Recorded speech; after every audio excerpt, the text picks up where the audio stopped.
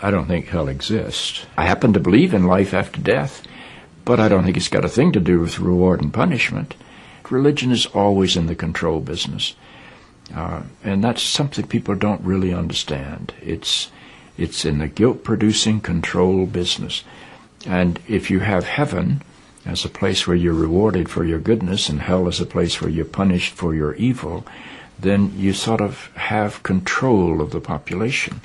And so they create this fiery place, which has quite literally scared the hell out of a lot of people throughout Christian history. Mm. And it's part of a control tactic. But wait a minute, you're saying that hell, the idea of a place under the earth or somewhere where you're tormented for an eternity, is actually an invention of the church? I think the church fired its furnaces hotter than anybody else.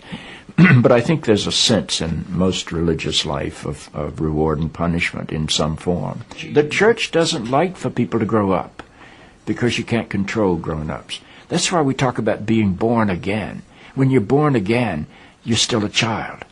The people don't need to be born again. They need to grow up. They need to accept their responsibility for themselves and the world.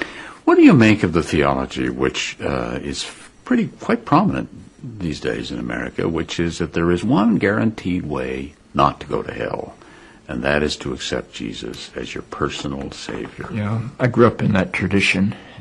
Every church I know claims that we are the true church, and they have some ultimate authority. We have the infallible Pope, we have the inerrant Bible.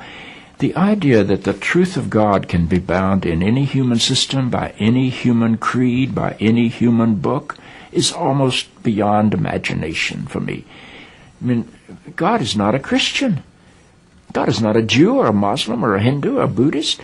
All of those are human systems which human beings have created to try to help us walk into the mystery of God.